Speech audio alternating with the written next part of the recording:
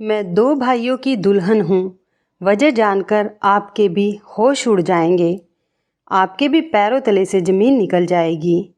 मैं दो भाइयों की एक दुल्हन, ये राज जानकर आपके भी होश उड़ जाएंगे। बिहारपुर की सच्ची कहानी।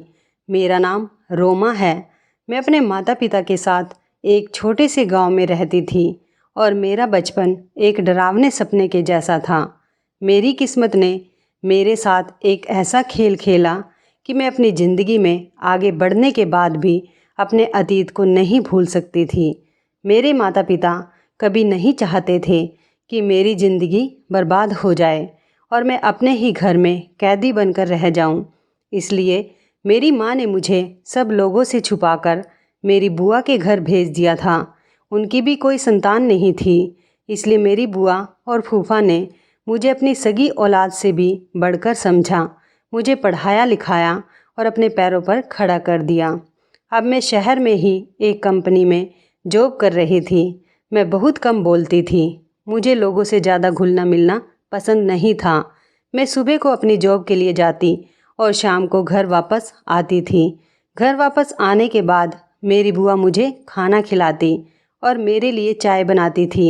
फिर हम दोनों बातें करते और बातें करते करते कब समय निकल जाता हमें पता ही नहीं चलता था। फिर फूफा के ऑफिस से घर आने का टाइम हो जाता। वो भी जब ऑफिस से घर आते तो मेरे लिए कुछ न कुछ लेकर ज़रूर आते थे। लेकिन मुझे जब भी अपने अतीत की याद आती तो मेरे पैरों तले से ज़मीन निकल जाती थी। लेकिन बुआ और फूफा की मोहब्बत ने मुझे अपने अतीत को भूलने पर मजबूर कर दिया था। अब मैं अपनी ज़िंदगी में आगे बढ़ने लगी थी। एक दिन हमारी कंपनी में एक नया मैनेजर आया। वो बहुत ज़्यादा हैंडसम और स्मार्ट था। ऑफिस की सारी लड़कियां उसके आगे पीछे घूमती रहती थी, लेकिन वो किसी को भी नज़र उठाकर नहीं देखता था। एक दिन मुझे किसी काम से उस मैनेजर के कैबिन में जाना पड़ा। मैंने दरवाज़ा खटखटाया। उन्होंने कहा, कौन है, अंदर आ जाइए प्लीज़। मैं घबरा गई और कहने लगी, सर मेरा नाम रोमा है। आपने मुझे यह फ़ाइल दी थी, लेकिन मुझे इसका पिछला रिकॉर्ड समझ नहीं आ रहा। क्या आप मेरी हेल्प कर देंगे? उन्होंने कहा, जी जी बिल्कुल, क्यों नहीं, मैं आपको सब कुछ समझा देता हूँ। वो फ़ाइल देखकर मुझे काम समझाने लगे और मैं उनको देखने लगी। मेरी नज़र उनके ऊपर से हट ही नहीं रही थी। वो सच में बहुत ज़्यादा हैंडसम थे। इतनी देर में उन्होंने चुटकी बजाकर मुझसे कहा, हेलो रोमा, आप किसके ख्याल में गुम हो गई? मैं अचानक से अपने ख्यालों से बाहर आई और उनसे कहने लगी, जी सर, मुझे सब कुछ समझ आ गया। आप फिक्र ना करें, मैं सारा काम कंप्लीट कर दूंगी। मेरा दिल तो उस दिन से ही मैनेजर विक्रम की मोहब्बत में डूब गया। पर जैसे ही मुझे अपने अतीत की याद आती, मैं डर जाती थी। मैं अपनी बुआ से अपनी हर बात शेयर करती थी। उनके अलावा मेरा कोई और नहीं था, इसलिए वह मेरी सबसे अच्छी दोस्त भी थी। जब मैंने उन्हें सब कुछ बताया तो वो मुझे समझाने लगी, अब तुम्हारी ज़िंदगी यही है, तुम अपने अतीत को भूल जाओ और अपने जीवन में आगे बढ़ो। लेकिन मेरे कदम डगमगाने लगते थे। मुझे कुछ भी समझ नहीं आ रहा था। इसी तरह दिन गुजर रहे थे। विक्रम अब मुझ पर बहुत भरोसा करने लगे थे, क्योंकि मैं अपना काम बहुत ईमानदारी से करती थी। वो कंपनी की हर बात मेरे साथ शेयर करने लगे थे। एक दिन मैं उनके कैबिन की तरफ जा रही थी। मैं उन्हें देखकर दंग रह गई। वो शायद कुछ सोच रहे थे और दिल ही दिल में मुस्कुरा रहे थे। उनको देखकर मेरी नज़र उन पर ही ठहर गई और मैं भी मुस्कुराने लगी और सोचने लगी कि काश जैसा मैं सोच रही हूँ वैसा ही हो, जो मेरे दिल में है वही इनके दिल में भी हो। मैं वहाँ खड़ी खुद से ही बातें कर रही थी। आज बुआ के यहाँ कुछ मेहमान आ रहे थे। फूफा ने अपने कुछ फ्रेंड्स को बुलाया था। इस वजह से मैं भी आज ऑफिस से जल्दी घर आ गई थी। मैंने आकर देखा तो मेरा मोबाइल नहीं था। बुआ ने मुझसे पूछा कि क्या हुआ, तुम परेशान क्यों हो? मैंने उन्हें बताया कि मेरा मोबाइल नहीं दिख रहा। तो वो मुझसे कहने लगी कि तुम कॉल करके देख लो। मैंने घर के नंबर से कॉल की तो मेरा फ़ोन किसी ने उठाया। आवाज़ सुनकर मेरा दिल खुश हो गया। मैंने कहा, सर आप। विक्रम ने बताया कि मैं अपना मोबाइल जल्दी में उनके कैबिन में ही छोड़ गई थी। वो कहने लगे कि मैंने तुम्हारा मोबाइल अपने पास रख लिया है, तुम कल ऑफिस आओ तो ले लेना। मैंने कहा, ठीक है सर, थैंक यू। वो कहने लगे कि इसमें थैंक यू की कोई बात नहीं। अगले दिन जब मैं ऑफिस में अपना मोबाइल लेने सर के कैबिन में चली गई और उन्होंने मेरे हाथ में मोबाइल के साथ साथ एक लेटर भी दिया, मैं ये देखकर घबरा गई और बिना कुछ कहे जल्दी से उनके कैबिन से बाहर आ गई। बाहर आने के बाद मैं अपने काम में लग गई और सोचने लगी कि पता नहीं इस लेटर में क्या है जो उन्होंने मुझे दिया है।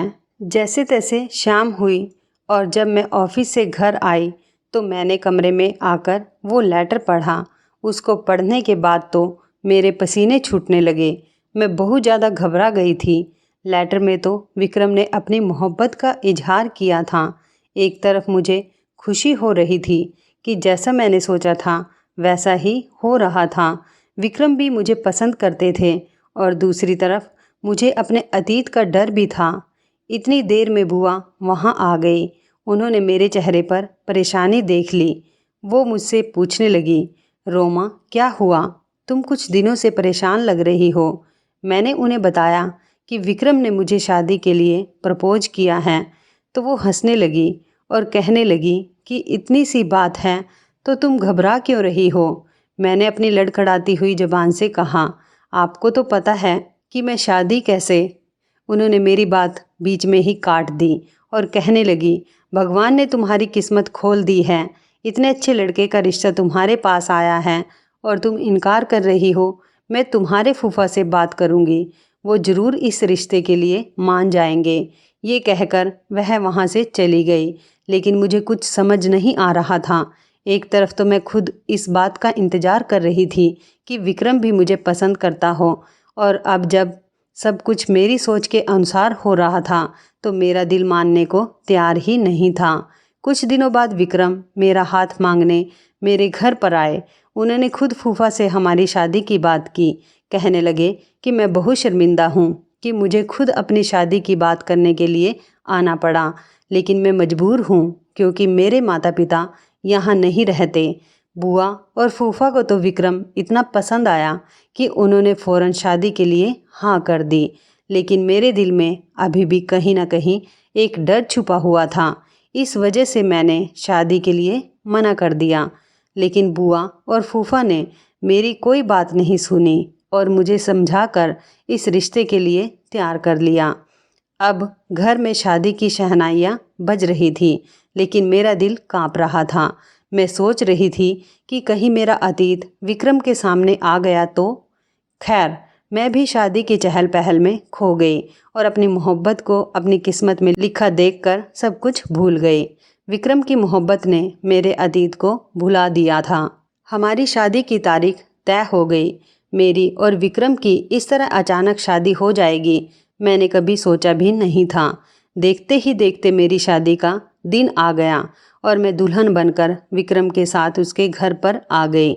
यहाँ सब कुछ मेरे सपने के जैसा था। इतने बड़े घर की मैं अकेली मालकिन थी। घर की सारी जिम्मेदारियाँ मुझ पर ही थी। अब मुझे विक्रम के घर को संभालना था। विक्रम भी मुझ पर आंख बंद करके भरोसा करते थे। शादी की रात ही मैंने विक्रम से एक वादा लिया था और विक्रम ने भी अपनी सच्ची मोहब्बत के साथ ही आखिरी हद तक इस वादे को निभाया। मैं सोच भी नहीं सकती थी कि मेरी ज़िंदगी में एक ऐसा भी मोड़ आएगा कि विक्रम और मेरी मोहब्बत कमज़ोर पड़ जाएगी। विक्रम और मैं अपनी ज़िंदगी में बहुत खुश थे। एक रात जब हम खाना खा रहे थे तो विक्रम ने मुझसे कहा, रोमा, कंपनी की तरफ से मुझे 2 महीने की छुट्टी मिली है, हम कहीं घूमने चलते हैं। बताओ तुम कहाँ जाना पसंद करोगी। ये बात सुनकर मुझे बहुत खुशी हुई थी। मैंने कहा, विक्रम आप सच कह रहे हैं। उन्होंने कहा, हाँ हाँ बिल्कुल। मैंने कहा, तो ठीक है, फिर हम आपके माता पिता के पास चलते हैं। मैं आज तक उनसे नहीं मिली। ये बात सुनकर विक्रम बहुत ज़्यादा खुश हुए। कहने लगे कि तुमने तो मेरा दिल जीत लिया। उन्होंने मुझे बताया कि वो गांव में रहते हैं और वो बहुत अच्छे हैं। मुझे पढ़ने लिखने का बहुत शौक़ था, इसलिए उन्होंने बचपन में ही मुझे पढ़ने के लिए शहर भेज दिया था। मुझे भी बहुत समय हो गया उनसे मिले हुए, लेकिन मेरी उनसे फ़ोन पर बात होती रहती है। हमारी शादी के बारे में भी मैंने उन्हें फ़ोन पर ही बताया था और वो सुनकर बहुत खुश हुए और अब वो हम दोनों को देखकर बहुत खुश हो जाएंगे। मैंने पैकिंग करनी शुरू कर दी और विक्रम ने ट्रेन के टिकट करा लिए। अगले दिन जब मैं उठी तो किसी ने दरवाज़ा खटखटाया। मैंने जाकर दरवाज़ा खोला तो बाहर एक आदमी खड़ा था। उसने मुझसे कहा कि ये टिकट है, विक्रम सर ने भेजी हैं। मैंने उससे टिकट ली और अंदर आ गई। जब मैंने वो टिकट देखी तो मेरी आंखें फटी की फटी रह गई। मैं बहुत ज़्यादा घबराने लगी। इतनी देर में विक्रम आ गए। वो मुझे देखकर बोले कि रोमा कहाँ गुम हो गई, सब ठीक तो है? मैंने उनसे कहा जी हाँ, सब कुछ ठीक है। मैं अपने चेहरे से पसीना साफ करते हुए उनसे बोली, विक्रम हम कुछ दिनों बाद नहीं चल सकते, अभी मेरी तबीयत कुछ ठीक नहीं लग रही। विक्रम मेरे लिए परेशान हो गए और मुझसे कहने लगे कि चलो हम डॉक्टर के पास चलते हैं। मैंने कहा कि नहीं, बस थोड़ी सी थकान महसूस हो रही है, आराम करूँगी तो ठीक हो जाऊँगी। विक्रम ने मेरे लिए चाय बनाई और मुझे दवाई दी। मैं अपने कमरे में जाकर आराम करने लगी। मैं सोच में पड़ गई थी। मेरे दिमाग में हजारों सवाल चल रहे थे। मैंने बुआ का नंबर लगाया तो बुआ का नंबर भी नहीं लग रहा था। अब मैं सोच रही थी कि मैं विक्रम को कैसे मना करूँगी। आखिर मैंने ही उससे कहा था कि हम तुम्हारे माता पिता से मिलने चलते हैं। फिर मैंने सोचा कि हो सकता है जैसा मैं सोच रही हूँ वैसा कुछ भी नहीं हो, ये सब मेरा वहम है। मैंने जाने के लिए पैकिंग शुरू कर दी। विक्रम बहुत ज़्यादा खुश थे, लेकिन मेरा दिल पूरे रास्ते परेशान रहा। कुछ समझ नहीं आ रहा था कि मैं विक्रम को कैसे बताऊं। ट्रेन का ये सफ़र मुझे किस मंजिल तक ले जाएगा मुझे नहीं पता था। मैं नहीं जानती थी अब ये सफ़र कहाँ ख़त्म होगा। जैसे ही ट्रेन रुकी और हम ट्रेन से उतरे, मेरी आंखों के सामने अंधेरा छा गया और मुझे चक्कर आने लगे। विक्रम ने मुझे संभाला और वहीं स्टेशन पर बैठा दिया।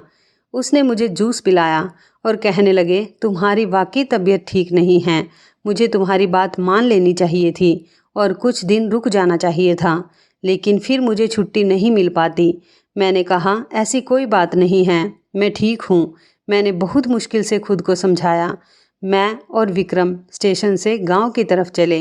मेरा दिल ज़ोर ज़ोर से धड़क रहा था, मानो जैसे मेरे कदम आगे बढ़ने को तैयार ही नहीं हो। जैसे जैसे हम विक्रम के घर की तरफ जा रहे थे, मेरा दिल बहुत बेचैन हो रहा था। हम जैसे ही उसके घर के दरवाजे पर पहुँचे, डर की वजह से मेरे पसीने छूटने लगे। पता नहीं मेरी किस्मत मेरे साथ क्या खेल खेल रही थी। मुझे कुछ समझ नहीं आ रहा था। जैसे ही घर का दरवाज़ा खुला, मेरे रोंगटे खड़े हो गए। अंदर एक बूढ़ा आदमी था। वो विक्रम के पिता थे। मैंने जल्दी से अपना चेहरा कवर कर लिया और खांसने का नाटक करने लगी। विक्रम ने मुझसे पूछा कि क्या हुआ? मैंने कहा कि कुछ नहीं, असल में मुझे बचपन से ही धूल मिट्टी से एलर्जी है और यहाँ गांव में धूल मिट्टी बहुत ज़्यादा है, इसलिए मुझे यहाँ अपना फेस कवर करके रखना पड़ेगा। विक्रम बोले चलो ठीक है, अंदर आओ। विक्रम अपने पिता से मिलकर बहुत खुश थे। उन्होंने उसे गले लगा लिया और प्यार करने लगे। अंदर एक बूढ़ी औरत थी जो कि विक्रम की माँ थी। उनको देखकर भी मैं दंग रह गई। मैंने अपना फेस और अच्छे से ढक लिया। विक्रम ने सबको मेरी एलर्जी के बारे में बता दिया। विक्रम की बहन मुझे घूर घूर कर देख रही थी और मुझसे अजीब तरीके से कहने लगी कि लगता है भाभी तो बहुत ज़्यादा खूबसूरत है, इसी वजह से वो हमें अपना चेहरा नहीं दिखाना चाहती। इस बात पर सब लोग हंसने लगे। फिर वो कहने लगी कि मैं तो मजाक कर रही थी। फिर हम सब लोगों ने मिलकर साथ में खाना खाया। विक्रम भी सालों बाद अपने घर वालों से मिलकर बहुत खुश हो रहे थे, लेकिन मैं घबराई और सहमी हुई बैठी थी। खाने की टेबल पर सब लोग हंसी मजाक कर रहे थे।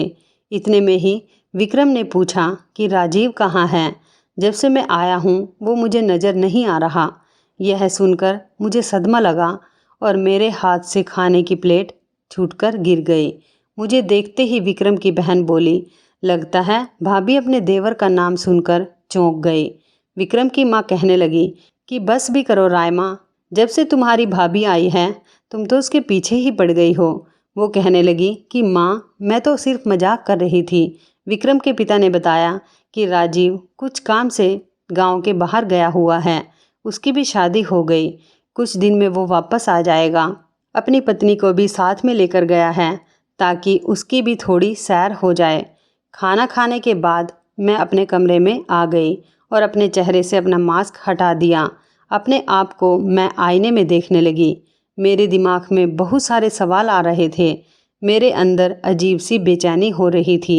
इतनी देर में किसी ने दरवाज़ा खटखटाया। मैंने जल्दी से अपना मास्क लगा लिया। दरवाजे पर विक्रम थे। वो मुझे अपने घर वालों के बारे में बताने लगे। अपने घर वालों से मिलकर वो मुझे बहुत खुश लग रहे थे। पता नहीं मेरी किस्मत में आगे क्या लिखा था। मैं उनको कुछ बता भी नहीं सकती थी क्योंकि मैं विक्रम को खोने से डरती थी। मैं सोच रही थी कि विक्रम सब जानने के बाद कहीं मुझे छोड़ ना दे। मैं ज़्यादातर अपने कमरे में ही रहती थी और सबको खांस कर दिखाती थी ताकि कोई मेरा चेहरा देखने की जिद ना करे। राजीव भी आज वापस आने वाला था। यही सोच सोचकर मेरा दिल घबरा रहा था। मैं सदमे में थी। मैं अपने डरावने अतीत के बारे में सोच रही थी। मैं दिल ही दिल में उलझन में पड़ रही थी। लेकिन जब से मैं इस घर में आई थी मुझे मेरी ननद का बर्ताव बहुत अजीब लग रहा था। वो हमेशा ही मुझसे कुछ न कुछ कहती रहती थी और फिर मजाक का बहाना बना लेती। जब राजीव के आने का समय हुआ तो मैं बुखार का बहाना बनाकर अपने कमरे में कंबल ओढ़कर लेट गई। सब लोग बहुत खुश थे।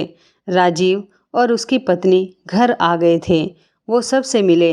विक्रम ने उसे मेरे बारे में बताया। वो और उसकी पत्नी मेरे कमरे में आए लेकिन मैं कंबल ओढ़े लेटी रही और सोने का नाटक करने लगी। विक्रम ने कहा, इसकी तबीयत बहुत ज़्यादा ख़राब है, कल ही मैं इसे डॉक्टर के पास लेकर जाऊंगा। राजीव ने कहा कि कोई बात नहीं, आप भाभी को आराम करने दें, हम भाभी से बाद में मिलेंगे। जैसे तैसे मैं अपने चेहरे पर मास्क लगाकर यहाँ रह रही थी, लेकिन राजीव के सामने आने से मुझे डर लगता था। जब वो घर में नहीं होता था तो मैं अपना फेस कवर करके सब घर वालों के साथ रहती थी, लेकिन उसके आने से पहले ही मैं अपने कमरे में चली जाती।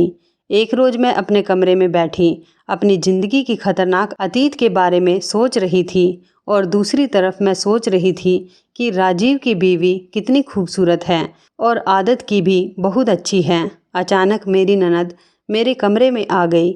मैंने जल्दी से अपना चेहरा छुपाया और खांसने लगी। वो कहने लगी कि आपको डर है, राजीव भाई की पत्नी आपसे ज़्यादा खूबसूरत है, इसलिए शायद आप अपना चेहरा नहीं दिखाती।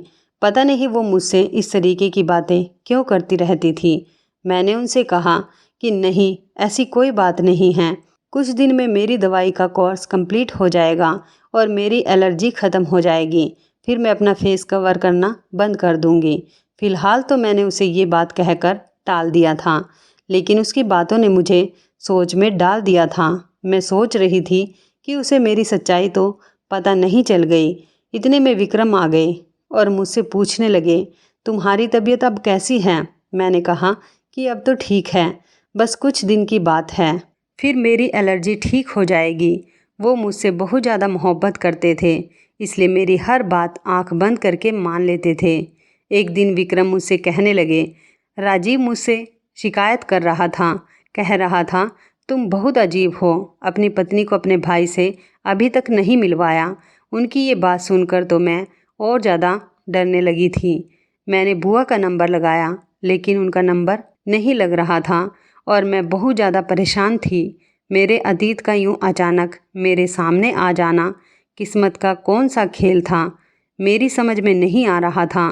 मैं घर वालों से भी छुपकर रह रही थी और राजीव के सामने आने का सोचकर तो मैं भाग जाती थी। मेरा दिल जोर से धड़कने लगता था। तब क्या हो जाएगा नहीं जानती थी। पता नहीं किस्मत ने क्यों मुझे फिर यहाँ लाकर इस घर में खड़ा कर दिया था। और दूसरी तरफ मेरी ननद रायमा मेरे पीछे ही पड़ गई थी। मुझसे अजीबोगरीब सवाल करती रहती। वो मेरी सच्चाई सबके सामने लाना चाहती थी या फिर मेरे बारे में सब कुछ जानती थी। ये जानबूझकर वो मुझे परेशान करती थी। एक दिन राजीव ने मेरा दरवाज़ा खटखटाया। मुझसे कहने लगा कि भाभी मैं अंदर आ जाऊं। मैं एकदम घबरा गई और सोचने लगी कि पता नहीं अब मेरे साथ क्या होने वाला है। मुझे पसीना आने लगा। मैं जल्दी से पीछे के दरवाजे से बाहर आ गई। मैंने विक्रम से फ़ोन करके कह दिया, मैं डॉक्टर के पास आई हूँ। आज तो जैसे तैसे मैंने खुद को बचा लिया था। अब मुझे कैसे भी करके इस घर से दूर जाना था। ऐसा लग रहा था जैसे मेरा अतीत मेरे आने वाली ज़िंदगी का हिस्सा बनने वाला है। अब मैं गुमसुम और चुपचाप रहने लगी थी। मैं विक्रम से कहती थी कि प्लीज़ यहाँ से वापस चलें, यहाँ मेरा दम घुटने लगा है, यहाँ मेरी तबीयत ठीक नहीं रहती, यहाँ पर मुझे बहुत ज़्यादा बेचैनी होती है, मेरा दिल नहीं लगता यहाँ पर। मैं बहुत ज़्यादा परेशान थी। विक्रम ये देखकर घबरा गए। सालों बाद कैसे मैं अपने होश खो बैठी थी। मैं बहुत मुश्किल से अपने आप को संभाल रही थी। एक दिन अचानक ही मेरे सामने राजीव आ गया। वह मुझे देखते ही घूरने लगा, लेकिन मैंने अपना फेस कवर किया हुआ था। कुछ देर तक तो वो मुझे ऐसे ही देखता रहा। फिर उसने मेरी तबीयत के बारे में पूछा। मैंने बस हाँ में सिर हिला दिया तो वो भी वहाँ से बिना कुछ कहे चला गया। मैंने जल्दी से अपना सामान पैक किया और विक्रम को बिना कुछ बताए वहाँ से जाने लगी। जैसे ही मैं दरवाजे पर पहुँची तो मेरी ननद ने मेरा हाथ पकड़कर मुझे घर के अंदर ले लिया। मैं नज़रें और सर झुकाए खड़ी थी। घर के बाकी लोग भी वहीं पर थे। ऐसा लग रहा था कि मैं एक मुजरिम हूँ। रायमा कहने लगी, मेरे दोनों भाइयों की एक ही दुल्हन, इसकी क्या वजह थी, ये जानकर आपके होश उड़ जाएंगे। उसके बाद सुनकर मैं चीख पड़ी और कहने लगी कि नहीं, ऐसा कुछ नहीं है, ये झूठ बोल रही है। विक्रम ने मेरे मुंह पर थप्पड़ मारा। मैं रोने लगी थी। मैं किस्मत के हाथों मजबूर थी, क्योंकि अब मेरा सच सबके सामने आने वाला था। विक्रम ने कहा, ये क्या कह रही है, आखिर सच क्या है, इसकी बात का क्या मतलब है। मैं सिसकियों के साथ रोने लगी और मैंने अपने चेहरे से मास्क हटा दिया। मैं राजीव की तरफ देखने लगी। मैं सोच रही थी कि राजीव मेरी सफाई में सबको सच बताएगा, लेकिन उसकी झुकी नज़र देखकर मैं समझ गई थी, क्योंकि उसका झुका सर और उसकी झुकी नज़रें इस बात को बयां कर रही थी कि मेरा ही कसूर है। मैंने विक्रम से कहा कि मैं इन सब की अकेली जिम्मेदार नहीं हूँ। ये लोग भी मेरे अतीत में जो कुछ हुआ है उसके जिम्मेदार हैं। वो कहने लगा कि तुम्हारा क्या मतलब है, ये सब क्या कह रही हो, आखिर ये सब कुछ चल क्या रहा है, कोई मुझे सच बताएगा। वो एकदम से गुस्से में चीख पड़ा। मैं ज़ोर ज़ोर से रोने लगी और सबके आगे हाथ जोड़कर कहने लगी कि प्लीज़ आप मेरी शादी को बचा लो। मेरी गलती सिर्फ इतनी सी है कि मैंने अपने अतीत को भूलकर आगे की ज़िंदगी में कदम रखा और विक्रम से शादी कर ली। मुझे रोता बिलखता हुआ देखकर मेरी सास को मेरे ऊपर तरस आ गया। वो मेरे पास आई और मुझे गले लगाकर दिलासा देने लगी और विक्रम को मेरी सास सारा सच बताने लगी और कहने लगी कि ये लड़की सच कह रही है। सालों पहले जब हमने तुम्हें शहर भेज दिया था, इस गांव में एक अजीब ही दस्तूर था। माता पिता अपने बच्चों की बचपन में ही शादियां कर देते थे। खासकर के लड़कियों के माता पिता अपने सिर के बोझ को कम करने के लिए अपनी बेटी की शादी बचपन में ही कर देते थे। इस लड़की की और राजीव की बचपन में ही शादी कर दी गई थी, लेकिन जब बच्चे जवान होते थे तो वो इस बचपन की शादी को मानने से इनकार कर दिया करते थे। अगर उनके माता पिता उनसे जोर ज़बरदस्ती करते तो वो तंग आकर घर छोड़कर चले जाते थे या फिर अपनी पत्नी को तलाक दे देते थे। वो बताने लगी कि इसी तरह राजीव और रोमा के साथ भी किस्मत ने यही खेल खेला। इनका भी बचपन बर्बाद हो गया, लेकिन राजीव ने घर से भागकर अपनी पसंद की लड़की से शादी कर ली और ये बेचारी किस्मत की मारी राजीव का इंतज़ार करती रही। गांव वालों ने इसको ताने दे देकर इसका जीना हराम कर रखा था। यहाँ तक इसे खुद के घर वालों ने और रिश्तेदारों ने भी इसका साथ नहीं दिया और ये यहाँ हमारे घर आ गई, लेकिन हमने यहाँ भी इसको चैन से जीने नहीं दिया। और कुछ दिन बाद राजीव ने भी इसको भुला दिया और कहने लगा, मेरा इससे कोई रिश्ता नहीं है, और हमने इस लड़की को यहाँ से धक्के देकर निकाल दिया। ये बेचारी दर दर की ठोकर खाती रही। फिर मैंने विक्रम को आगे का सच बताया कि इसके बाद मेरी माँ ने मुझे बुआ के पास शहर भेज दिया और मुझे अपनी कसम दी कि मैं अपने अतीत को भूलकर अपनी ज़िंदगी में आगे बढ़ जाऊंगी और कभी भी सच को किसी के सामने नहीं बताऊंगी। विक्रम कहने लगा कि इतना बड़ा सच तुमने मुझसे छुपाया। ये सब लोग तुम्हारे गुनहगार हैं, लेकिन तुम मेरी गुनहगार हो। मैंने तुमसे सच्ची मोहब्बत की और तुमने मुझे कुछ भी बताना ज़रूरी नहीं समझा। और तो और तुम मेरे भाई की पहली पत्नी हो। ये सब कुछ जानकर तुम कैसे मेरे साथ रह सकती थी? तुमने अपने साथ साथ मुझे भी इस पाप का भागीदार बना लिया। जब तुम्हारी पहले शादी हो गई थी तो तुम मुझसे शादी कैसे कर सकती थी? ये सुनकर मैंने राजीव की तरफ देखा। वो चौंकने लगा और बहुत घबरा गया। मेरे और राजीव के अलावा रायमा भी ये सारा सच जानती थी। मैंने रायमा को घूर कर देखा। इतनी देर में राजीव की पत्नी ने उसे जोर से थप्पड़ मारा और कहने लगी, तो ये सब चल क्या रहा है? तुमने मुझे धोखा दिया, धोखे से मेरे साथ तुमने शादी की। अब मैं तुम्हें डिवोर्स दे दूंगी। रायमा रोने लगी और कहने लगी कि आप सब लोग मुझे माफ़ कर दें, सारी गलती मेरी है। मैंने शुरू में ही भाभी का चेहरा देख लिया था और उसको पहचान लिया था। मैं उनका सच घर वालों के सामने लाकर उनसे बदला लेना चाहती थी। मैं रायमा को देखने लगी और सोचने लगी कि पता नहीं ये कौन सा सच बताने वाली है। वह कहने लगी कि रोमा का भाई और मैं एक दूसरे से मोहब्बत करते थे और शादी करना चाहते थे, लेकिन राजीव और रोमा की शादी ने सब कुछ बर्बाद करके रख दिया। इन दोनों की वजह से हमारी भी शादी नहीं हो सकी। उसी समय मैंने सोच लिया था कि मैं इससे बदला लेकर रहूँगी।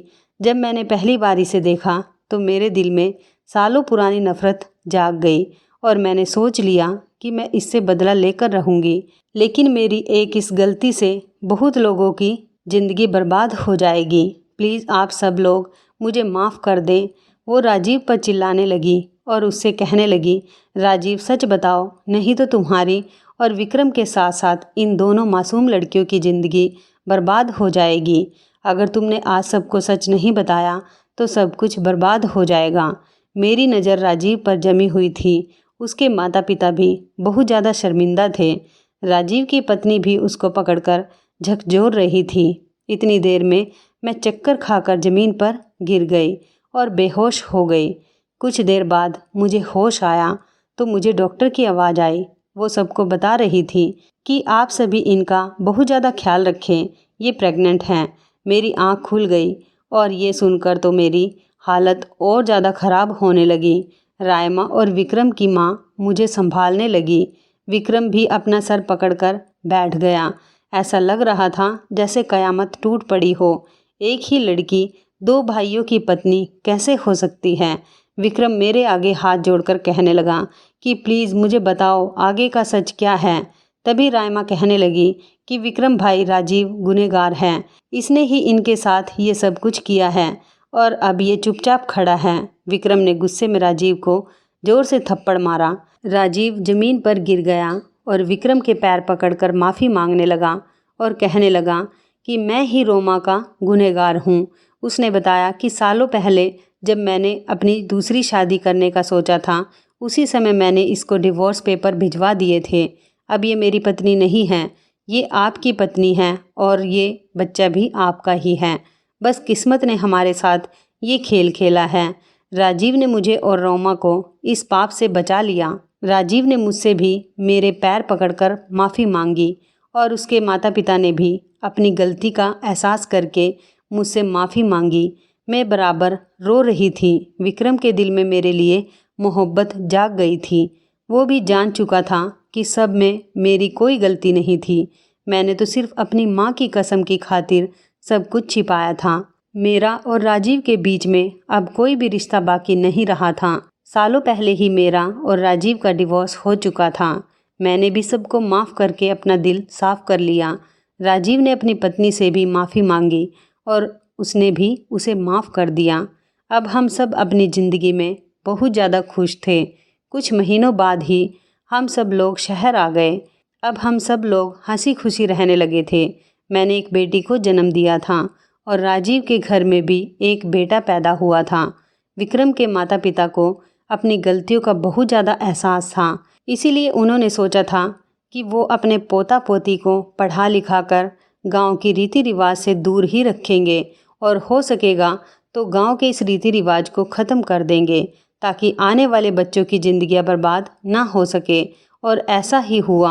विक्रम ने अपने गांव जाकर सबको बहुत समझाया और इस रिवाज को ख़त्म कर दिया और आने वाली नस्लों की ज़िंदगी को तबाह होने से बचा लिया। गांव वालों की सोच बदलकर उनको अपने बच्चों की पढ़ाई लिखाई पर ध्यान देने को कहा। जब हमारे बच्चे बड़े हो गए तो हमने अपने बेटे और बेटी को विदेश में पढ़ने के लिए भेज दिया। पुराने और दकियानूसी रीति रिवाज इंसान की ज़िंदगी को बर्बाद करके रख देते हैं। हम अपना अतीत कितना भी भुलाना चाहें, एक दिन वो हमारे सामने आ ही जाता है, लेकिन किस्मत का लिखा कोई नहीं बदल सकता। तो इस कहानी के बारे में आपकी क्या राय है, कमेंट करके ज़रूर बताइएगा। दोस्तों, आपको हमारी ये मज़ेदार कहानी कैसी लगी, आप हमें कमेंट बॉक्स में ज़रूर बताएं। यदि आपके पास भी ऐसी कोई प्यारी सी कहानी है या फिर ऐसी कोई और कहानी जिससे कुछ शिक्षा मिले तो आप हमारे साथ उसको ज़रूर शेयर करें। दोस्तों, यदि आपको हमारी ये वीडियो अच्छी लगे तो आप हमारी इस वीडियो को लाइक शेयर ज़रूर करें और ऐसी ही दिल को छू लेने वाली प्रेरणादायक कहानियाँ सुनने के लिए हमारे चैनल को भी सब्सक्राइब करें। और यदि आप हमें फेसबुक पर देख रहे हैं तो आप हमारे फेसबुक पेज को लाइक और फॉलो ज़रूर करें। तो दोस्तों, फिर मिलते हैं ऐसी ही ज़बरदस्त कहानी या टिप्स के साथ नई वीडियो में। तब तक के लिए धन्यवाद। आप सभी अपना ख्याल रखना। आपका दिन शुभ व मंगलमय हो।